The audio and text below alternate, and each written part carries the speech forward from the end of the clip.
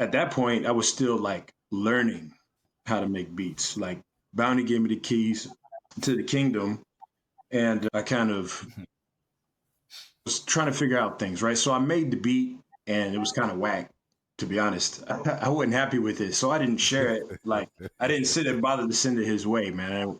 I didn't want to waste his time.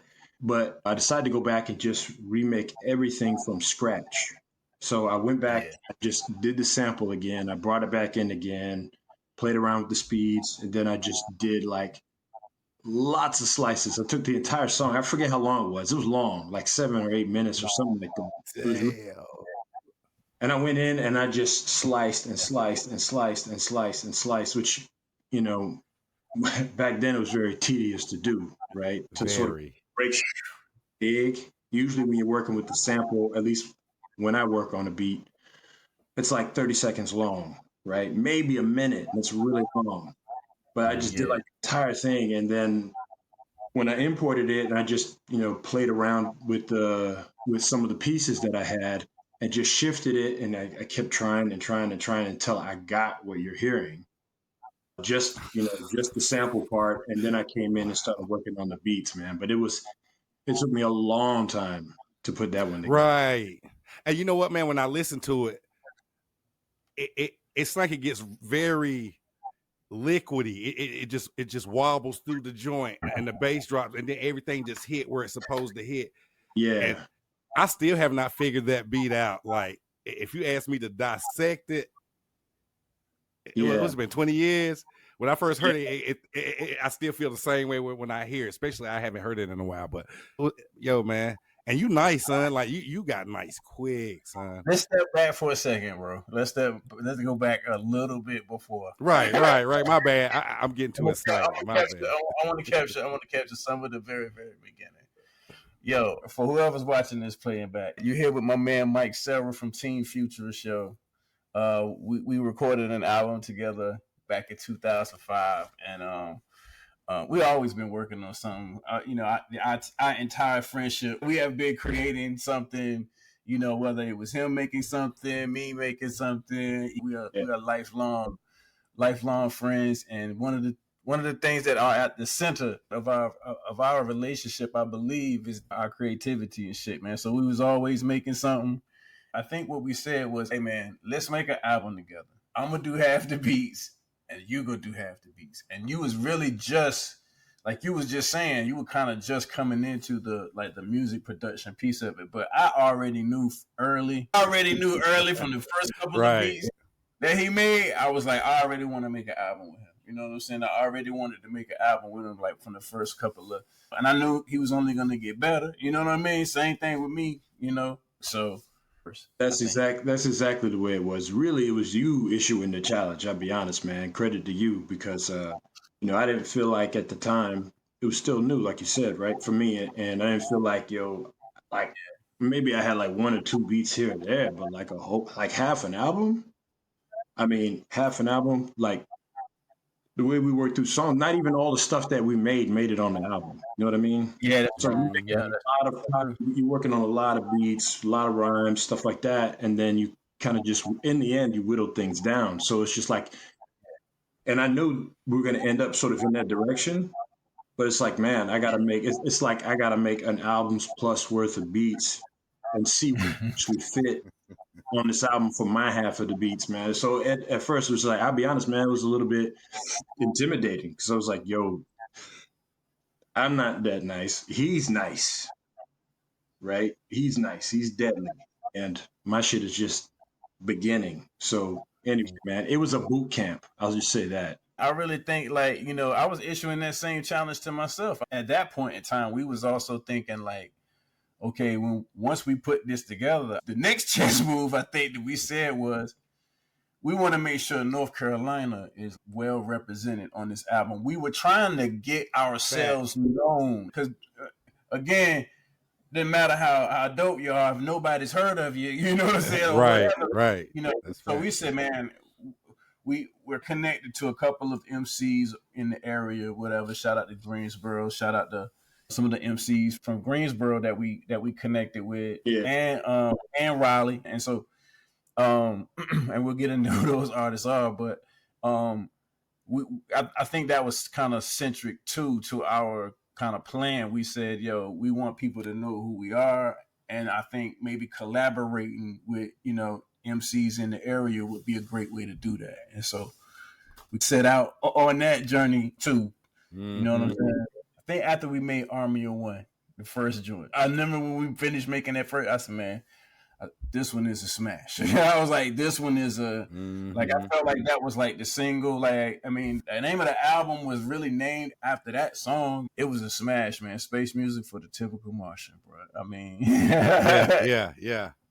And I think we let people hear that. I think that was our introduction to the other artists in the area. I mean, E already knew. Shout out to ethemadassassin. We'll talk about that connect, but like we said, yo, if we're gonna approach MCs, we need to let them hear us so that they know who they rocking with. And I think Army of One was a great portfolio piece for us. You know what I'm saying? Like, I used to have it on a CD. I can't find it though. I and all the moving over the years. Yeah. God. Oh, there it is. Man. Look at that. Look. That's it. Still got it. Yeah, that's the one. That's the one we pressed up right there. Yeah. Wow. Man, I can't find my. I think I got a copy of it somewhere around here, man. No, I got. Yeah. But, man, Army of One was that joint, man. I think we said we wanted to have like at that particular time, I guess this was, 04, 05 time frame. We was like, it was nothing on here that we didn't strategically say needed to be on this project. There's nothing on here that we didn't like. Literally, I can't remember how many times. I think we sent emails back and forth. I remember I was looking through some of the emails not too long ago, and I was like, man, we were really, really working this shit out. You know what I'm saying? We sent verses back and forth. I still have those. Damn, 20-year-old emails. That's wild. That is wild. Yep, he would send me an MP, like I export something out of Reason or whatever, MP3. I'd be like, hey, what you think of this one? I send the beat over. 2 or 3 hours later, he's sending me back the verse. Right. You know what I'm saying? And then maybe another hour or two later, it's him actually spitting the joint that he just wrote. Like, we would do that all the time. All the time, just kind of like building. That's how we kind of built the project over email almost. Yeah. I would say.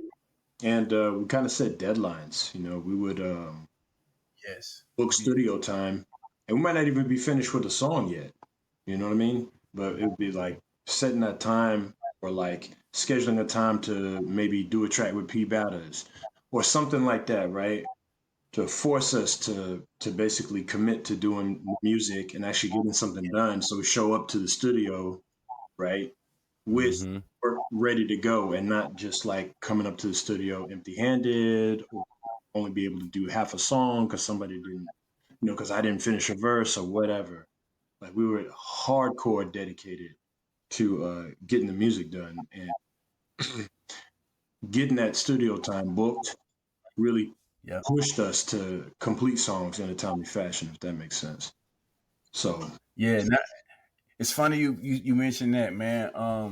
Recently I was in the studio working on my new album or whatever, right? And man, I got 3 songs done in 2 hours. And the guy was like, the dude who's the mixing engineer.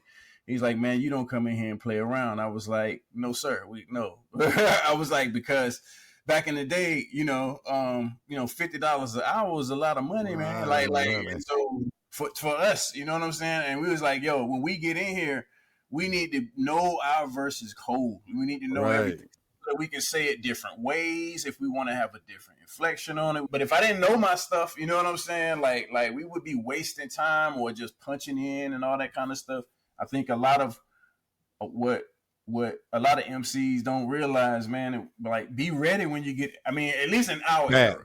Fact. In our era.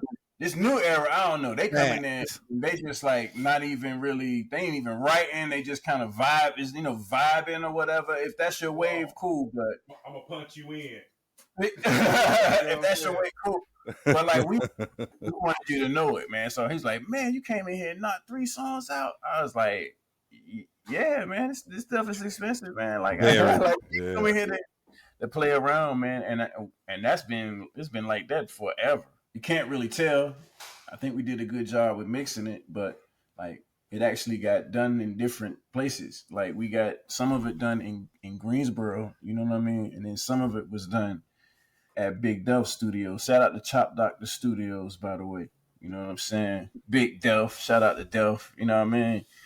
You remember when we got to the studio in Greensboro? You remember when we got there?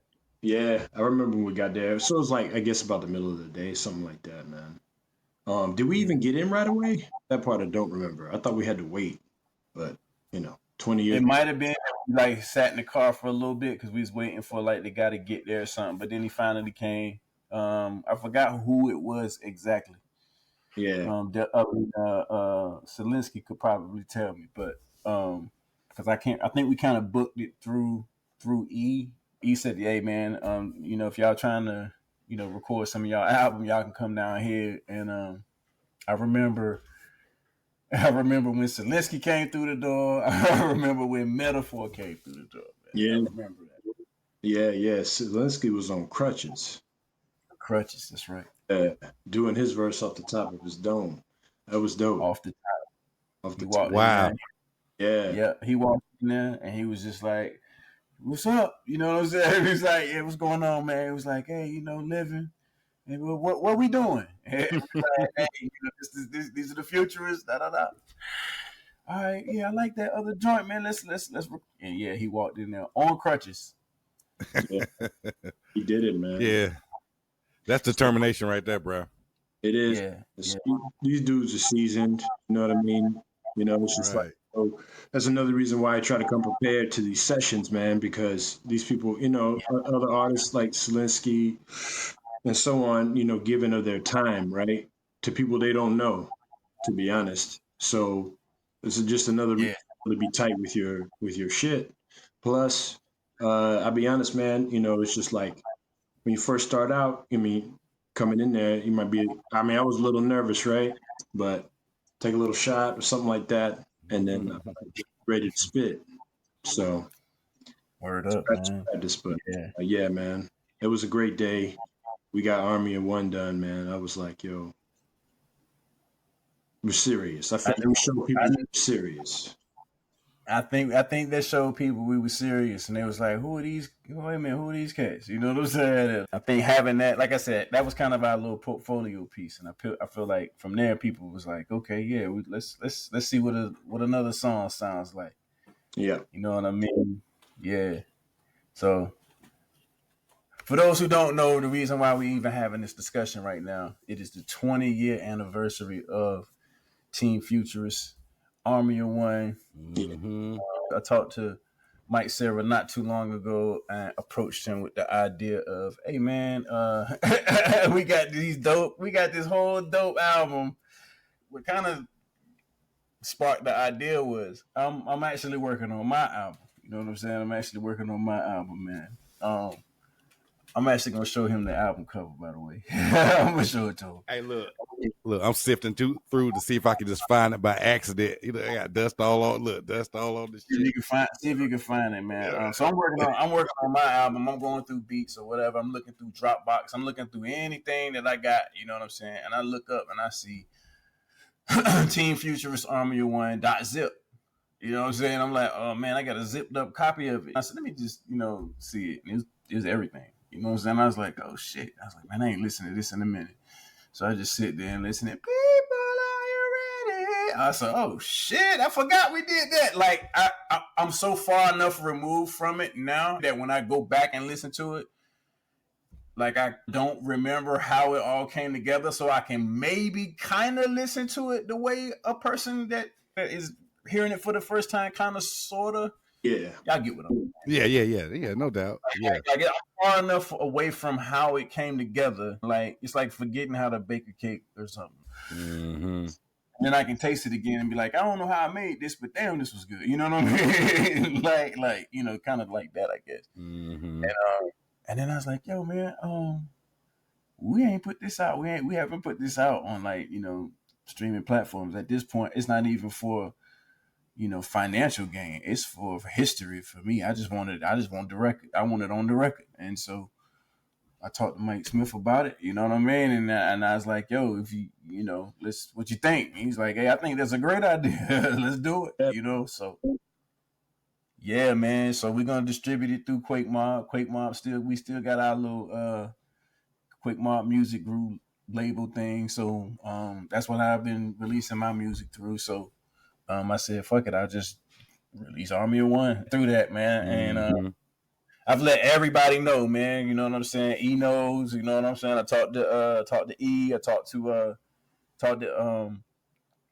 Selinsky. You know what I'm saying? I think he has passed it on to P Badders. I think P Badders just had his birthday not too long ago. Okay. Might have been maybe like a week or so ago. Maybe even more. At the time of this recording anyway. Yeah, I told him, tell him, we said what up, you know what I mean? And I have not heard from Shelly. I don't know. I can't tell you where Shelly B is. I have no clue. I think Metaphor is still out. He's out in L.A. I think he's out in L.A. with E. You know what I'm saying? So he ain't coming back. You know, they don't come back when they get out there. Yeah, I think he's still out there with E. You know, and E, you know, he been doing this thing. You know, yeah. He got like I don't know about ethemadassassin. Yeah. Shout out to ethemadassassin. Yeah. Yeah, man, we had an all-star. We kind of had an all-star Carolina cast. Did y'all? Yeah. Yeah. I mean, Delph at the time, I mean, he was fresh off of his BET Uncut like run. He was just kind of, you know, remember he was doing this thing on BET Uncut for a while. Yeah. That's kind of how he had his rise to fame or whatever. And then, you know, we linked up with them through like P Batters and whatnot. He's like, yo, man, y'all should reach out to some of the artists in Raleigh as well, since y'all are in Raleigh. It was like, yeah, that's true. And so, yeah, we linked up with Chop Doctors, man. Went over there in Brentwood. I'll never forget it. Yeah, man. Mm-hmm. That studio, man. I mean, you know, the basement studio was fully put together, man, ready to go. I wish I could remember the name of it, but I think we did 3 tracks down there, right? Like Army of the one in Greensboro. The one in Greensboro, Army of One nightclub, and Choices. Yeah. We ended up doing Choices there. We did Metaphor's verse. I remember it's been 20 years ago. Metaphor had put a verse on Nightclub, but it didn't quite fit, and so we ended up moving it to Optimum Champion. Yeah. And we created a whole nother song. We was like, this verse is dope, but it doesn't exactly, because it was on Nightclub at first. This is something you don't know, Renard. You know, I don't think you know this. No, I'm just hearing this. Yeah. So the original, when we recorded Nightclub, it actually had Metaphor's Optimum Champion verse on there. Am I remembering this correctly? Or was it Choice? I think that's right. We was like, this verse is dope, but the other verses that we had put on Nightclub were so like topic driven. They were, you know, all 3 of our verses were specifically talking about, you know, mine was, you know, now I'm drunk and I'm broke and damn it, I gotta piss. You know what I'm saying? Mine was talking about that. You know, Selinsky was, I show up in the club and everybody on my shit. Ease was kind of the same. So Metaphors was dope, but it wasn't on the topic of Nightclub. So we was just like, yo, what we gonna do? We was like, yo, let's just create a whole nother beat. And we created Optimum Champion. That's where Optimum Champion came from. Yeah. So we moved his verse to another and then we spit 2 more verses and made a whole nother song. Yep. That was genius. I like that. Little stuff like that to bring it together, man. Like Choices, like I did the original beat on Choices, but it just wasn't there. You know what I mean? And so Jade Lotus ended up I don't know if you crafted another beat or just had one in your back pocket. That part I don't remember, but we ended up going with that. And it just sounded so much better. But it was just interesting, you do things like that to try to bring the project together because it's not like a pride thing, right? You're just trying to make the best product possible, right? Yeah. That's what was so much fun about working on this project, right? What you just said was message, man. What you just said, these people need to hear that. Word. It's not about you. It's about getting the project out and, the best of the project. Yeah. Keep the egos out of it, man. The shit usually goes smooth. Yeah. And that's the way it was, man. It was like track after track. Of course, none of this was done in order. Escape from Heaven, like we collaborated. I was in Holland, visiting Holland on a trip, visiting family or whatever, and like I wrote a verse for Escape from Heaven, and then he sent me his verse, and I looked at it and I was like, oh shit. I gotta write another verse because this one is whack. It's not good enough. It's not up to par. You know what I mean?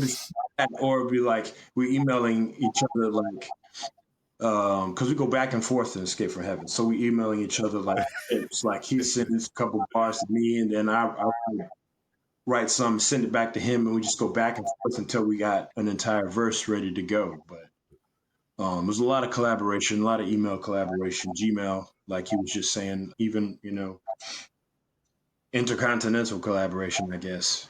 But right, man. I remember what you used to say back in the day when shit went right. Shit's trash. That was your line back in the day. Shit's trash. Straight face too.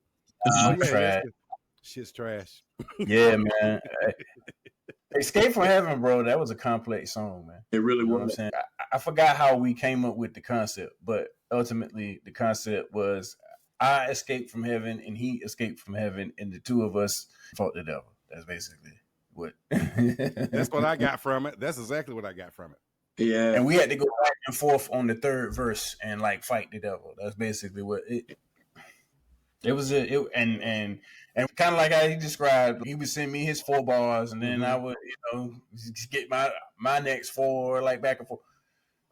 That's how we kind of did it, man. Yeah. It was a difficult song, but one of the dopest, I think, on there, man. Yeah, for sure, man. Yeah, for sure. Yeah, you created your own sound. I remember your guitars and shit you be picking, the shit be crazy. The way you crack that shit up, I'd be like, I remember when you first started getting like nice. I said, damn, he running laps right now, And it was just amazing, man, to see you do that. You created this signature sound for you. Yes. You did. I heard it. He reached out a whole set of different records than we did. That's basically it, man. Like your collection was stupid. I would say me and we're all reaching out at the same record. We're all looking at the same records. James Brown, you know what I'm saying? Soul or whatever. Mm-hmm. Not Mike Terror, bro. Like he'll go do some of the most obscure shit, and you'll be like, where the hell did you get that? Yeah, what? This is like, oh no, this is psychedelic rock from Australia in the 60s or something. It's this, right? Did you cut your labels? He put me on Deep Purple. I knew a few songs of Journey, but I didn't have like the deep. Oh, that's my 80s. Oh yeah. Journey has some hits, baby. All these rock, kind of like psychedelic rock bands. Yeah.